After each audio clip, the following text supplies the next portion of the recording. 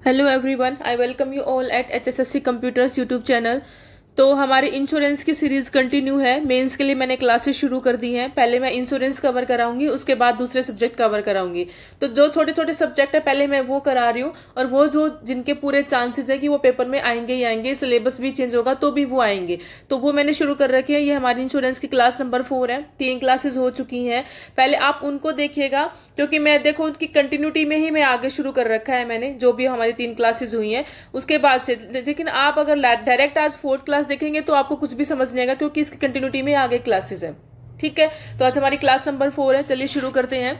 इसमें ये मैंने अपने नोट्स है जो खुद के, उनकी फोटो आपको लगा रखी है कि मैंने अपने इन नोट्स से ही आज बनाए हैं। बट आज मैंने क्या किया है ना, उनको टाइप कर लिया है। इसलिए क्या, क्योंकि मैं अगर बोलती हूँ लिखती हूँ तो थोड़ा सा राइटिंग इशू है, और सबसे मेन इशू है आपके टाइम का, क्योंकि ये वीडियो आज लिखने से एक में कवर हो जाएगी, और लेकिन अगर मैं लिखती तो ये 2 वीडियो में कवर होती। तो इसलिए मैंने इसको आज लिख लिया है, लेकिन लिखा मैंने अपने इन नोट्स से है। ठीक है, आप या मेरे इस वाले नोट से पढ़ सकते हो, या फिर जो मैंने यहाँ पे लिखा आप उनसे पढ़ सकते हो, एक ही बात है।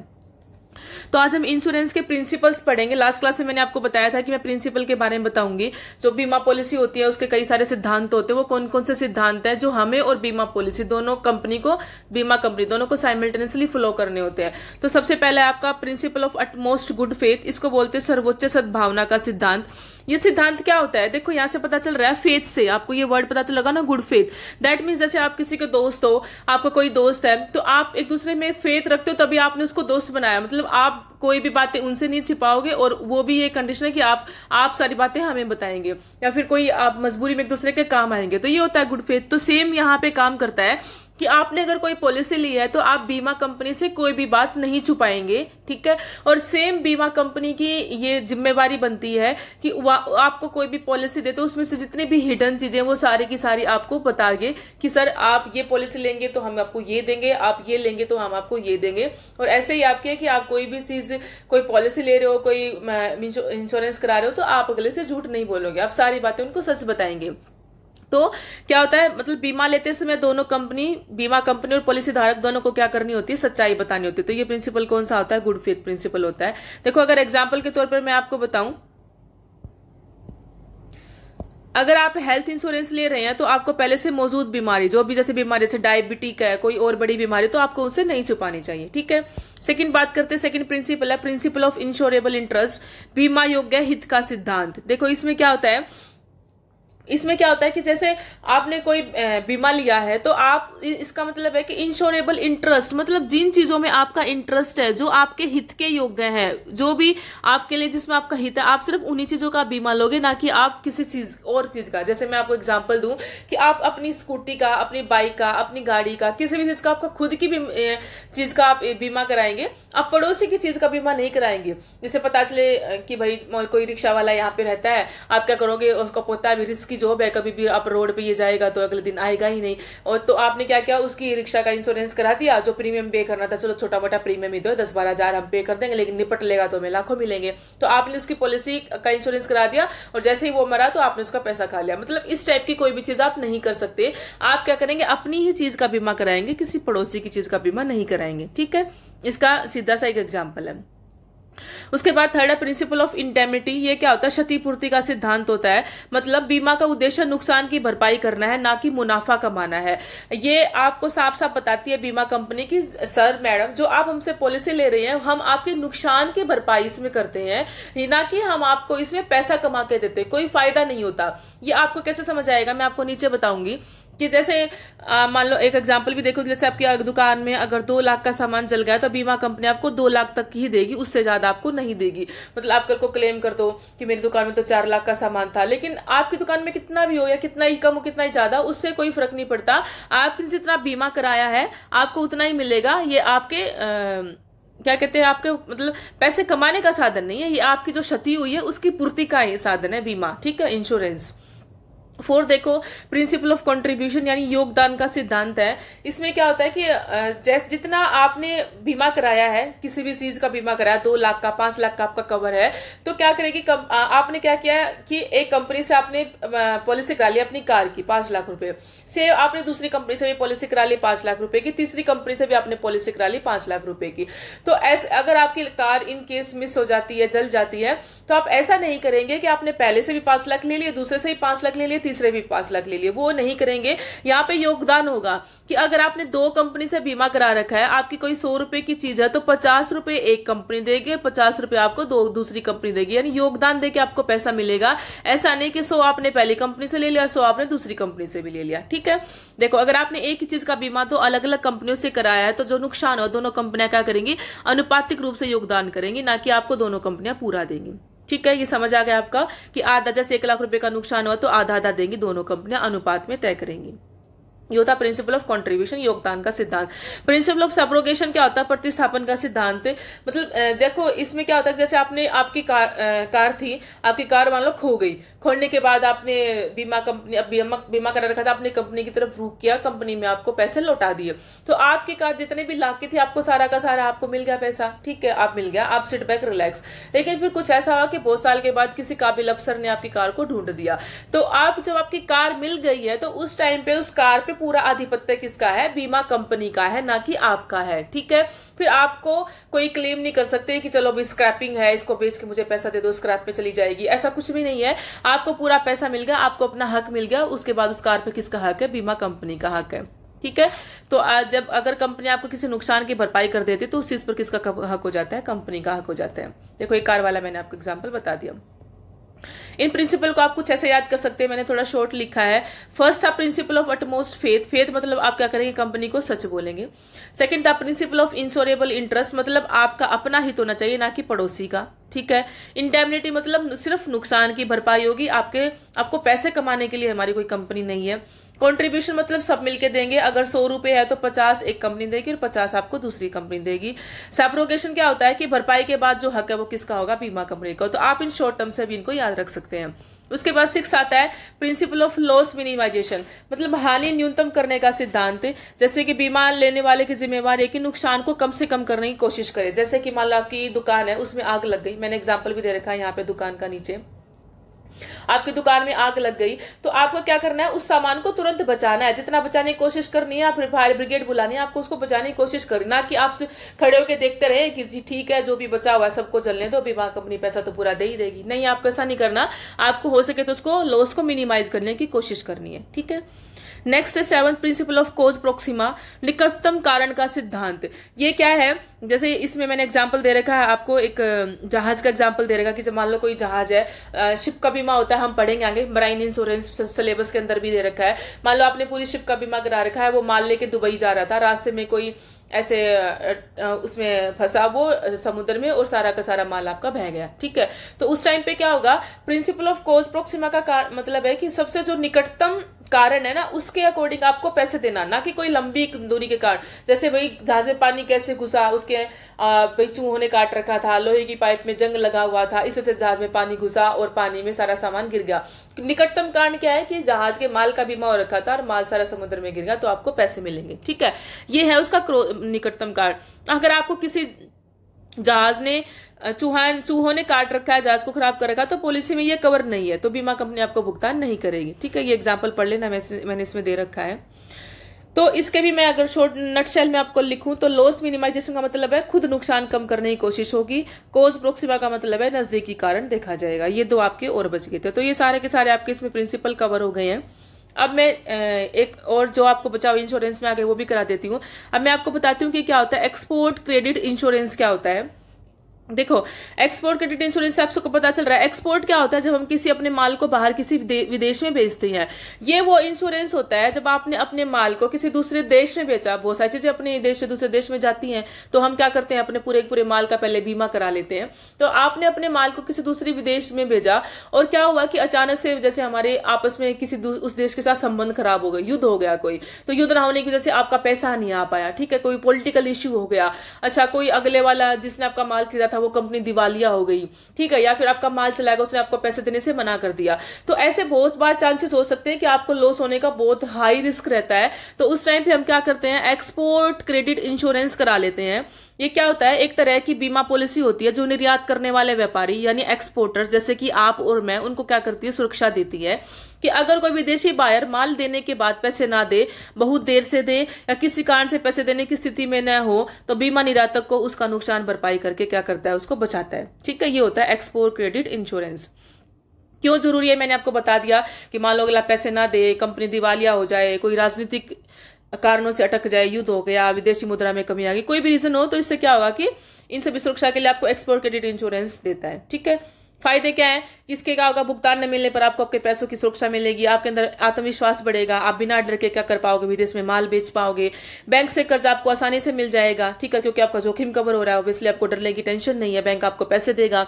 राजनीतिक जोखिम की वजह से आपके पास कोई समस्या नहीं होगी। उदाहरण मैंने आपको बता दिया कि जैसे आपने कोई 10 लाख का माल अमेरिका में भेजा, उसको 90 दिन में भुगतान करना था, लेकिन कंपनी दिवालिया होगी तो वो पैसे नहीं दे पा, तो इसमें फिर आपको एक्सपोर्ट क्रेडिट इंश्योरेंस आपकी हेल्प करता है।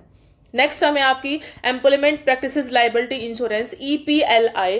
देखो ये नाम से ही पता चल रहा है कि एम्प्लॉयमेंट की जो प्रैक्टिसेस हैं लीगल, उनको लेकर के क्या कराती है कंपनी, इंश्योरेंस कराती है। जस्ट एग्जांपल, आप टाटा में काम करते हैं, ठीक है, आप मान लो TCL कंपनी में काम करते हैं, टाटा की है, तो आपने देखा भी होगा कि बहुत बार ऐसा होता है कि आप बहुत बार, मतलब मैं एक कंपनी का तो वैसे नाम ले रही हूँ, लेकिन मैं एग्जांपल दे रही हूँ, लेकिन किसी भी मान लो किसी कंपनी में आप काम करते हैं, रिलायंस इंडस्ट्री की किसी भी आप में काम करते हैं, तो ऐसा होगा कि जैसे किसी वजह से कंपनी ने आपको बाहर निकाल दिया, आपकी उसमें कोई गलती नहीं थी, आपकी बातें सुनी ही नहीं गई, तो आप क्या करोगे, कोर्ट का रुख करोगे।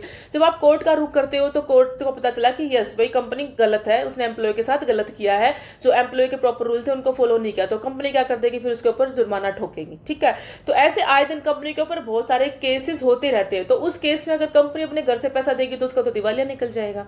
तो उस टाइम पे कंपनी क्या करा के रखती है, ये इंश्योरेंस करा के रखती है, जिसका नाम है एम्प्लॉयमेंट प्रैक्टिसेस लायबिलिटी इंश्योरेंस। ठीक है, तो इससे क्या होता है कि कंपनी अपने जोखिम को कवर करती है। तो ये देखो, ये इसको पढ़ लेना कि कैसे कैसे कवर करती है कानून का उल्लंघन करने पर। तो ये मैंने आपको लिख रखा है नीचे, जैसे कि किसी भी, जैसे आपके अगेंस्ट, आप कंपनी के अगेंस्ट जाएंगे, आपके खिलाफ कंपनी में यौन उत्पीड़न होगा, कोई भेदभाव आपसे किया जा रहा है, कोई गलत समाप्ति हो गई, आपके रोजगार का अनुबंधन हुआ नहीं है, कॉन्ट्रैक्ट आपका पूरा नहीं हुआ, उससे पहले आपको निकाल दिया गया, कोई लापरवाही मूल्यांकन हो गया, आप पदोन्नति में आपको गलत विफलता हुई, गलत अनुशासन, कैरियर अवसर का अभाव हुआ, तो इन केस में आप क्या कर सकते हैं, जा सकते हैं आप कोर्ट के अंदर। ठीक है, तो इन वजह से बचने के लिए कंपनी क्या करा के रखती है, आपका अपना खुद का कंपनी का ये एम्प्लॉयमेंट प्रैक्टिस लायबिलिटी इंश्योरेंस करा के रखती है। ठीक है, नेक्स्ट देखो, नेक्स्ट है मटेरियल मिसरिप्रेजेंटेशन। देखो आपको नाम से पता चल रहा है कि आप जो मटेरियल दोगे कंपनी को, जैसे आपने कोई भी बीमा कराया, आपने उसकी क्या कर दी, रिप्रेजेंटेशन को मिस किया, मतलब आप प्रेजेंट करने में उसे कोई बहुत सारी चीजें क्या कर रहे हो, छुपा रहे हो, तो उसको बोलते हैं मटेरियल मिसरिप्रेजेंटेशन, मतलब गलत इंफॉर्मेशन देना बीमा कंपनी को, एक तरीके से क्या हो गया, फ्रॉड। ठीक है, जैसे देखो यहाँ पे मैंने बताया कि आप मान लो कोई टर्म इंश्योरेंस लेने की सोच रहे हो, आप कोई हेल्थ इंश्योरेंस लेने की सोच रहे हो, तो ये आपकी मोरल जिम्मेवारी बनती है कि आप क्या करें, पूरी करेक्ट इन्फॉर्मेशन दे, कि आप वो आपसे पूछेंगे और आपको ये बताना है कि आप स्मोकर हैं या ड्रिंकर हैं, आपकी फैमिली की इलनेस हिस्ट्री क्या है, किस इंडस्ट्री में आप काम करते हैं, कितनी वो आपके लिए रिस्की है, आपकी इनकम क्या है, आपका एज ग्रुप क्या है। इनमें से अगर आपने कोई भी चीज मटेरियल को, इनमें से जितनी मटेरियल अगर आपने उसको मिसरिप्रेजेंट किया, आपने झूठ बोला, दैट मीन्स आपने कंपनी के साथ फ्रॉड किया, तो कंपनी आपको पैसा देने से एकदम से मना कर देगी। ठीक है, आप कंपनी बिल्कुल पैसा नहीं देगी, क्योंकि उन्होंने कहा है कि आपने जो मटेरियल था उसको क्या किया, मिसरिप्रेजेंट किया है। तो ये होता है मटेरियल मिसरिप्रेजेंटेशन, मतलब गलत इंफॉर्मेशन देना कंपनी को। ठीक है, अब ये सारी बातें, ये और बचे, ये भी मैं आपको समझा देती हूँ, लिख लेना आप इनके सामने, मैं लिखूंगी तो ज्यादा टाइम खराब होगा।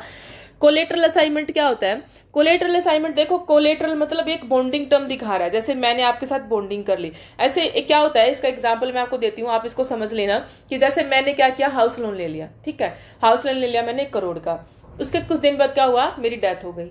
ठीक, अब मेरी डेथ होने के बाद जो है वो जिम्मेवारी किसके ऊपर, मान लो मैंने अपनी वाइफ को नॉमिनी बना रखा था, मैं एक हस्बैंड हूं, मैंने अपनी वाइफ को नॉमिनी बना रखा था, तो वो जिम्मेवारी, अब नॉमिनी मेरी वाइफ को पैसा मिलेगा, बैंक ने तो उसके अकाउंट में ट्रांसफर कर दिया। लेकिन कई बार क्या होता है कि मान लो वाइफ ने फ्रॉड कर दिया, वो पैसे लेके गायब हो गई। ठीक है, मतलब मैं यहाँ पे ऐसा कोई कमेंट नहीं कर रही हूँ, लेकिन मैं आपको जैसे समझाने की कोशिश कर रही हूँ कि कोई भी आपने नॉमिनी बनाया, वो वहां से गायब हो गया। ठीक है, तो अब क्या हुआ, जो नॉमिनी था वो पैसे लेके गायब हो गया, जो मेन आपका जिसके ऊपर पूरी फैमिली डिपेंडेंट थी, वो कोई भी हो सकता है, वो उसकी डेथ हो चुकी है, तो जो बची हुई फैमिली है, मम्मी पापा बच्चे, वो तो आ गए संकट में, वो कहाँ से पैसा चुकाएंगे, तो बैंक क्या करेगा, आपके हाउस पे कब्जा कर लेगा और आपको घर से बाहर निकाल देगा। तो इस टाइप के केसेस से बचने के लिए 1-2% अपनी कंट्री में से केस होते ही हैं। इस टाइप के केसेस से बचने के लिए कोलेटरल असाइनमेंट नाम का शब्द है। इसमें क्या होगा, जो आपका बीमा लेगा बैंक का या कोई हाउस लोन लेगा, ऑलरेडी क्या कहेगा कि सर अगर मैं ना रहूं इन केस, तो क्या करना है आपको 60% पैसे बैंक के अकाउंट में डाल देने और 40% पैसे आपको जो मेरा नॉमिनी है उसको दे देने हैं। ठीक है, तो यानी बैंक को 60% पैसे मिल जाएंगे, डायरेक्ट कंपनी डाल देगी उसके अकाउंट में, इंश्योरेंस कंपनी। तो आपका एक घर एकदम से आपके हाथ से नहीं जाएगा और पूरा पैसा भी आपके हाथ से नहीं जाएगा। मतलब आप किसी को क्या करेंगे, उसमें कोलेटरल असाइनमेंट कर लेंगे आप इंश्योरेंस के साथ कि आप बैंक को दे देना पैसे। ठीक है, ये होता है कोलेटरल असाइनमेंट।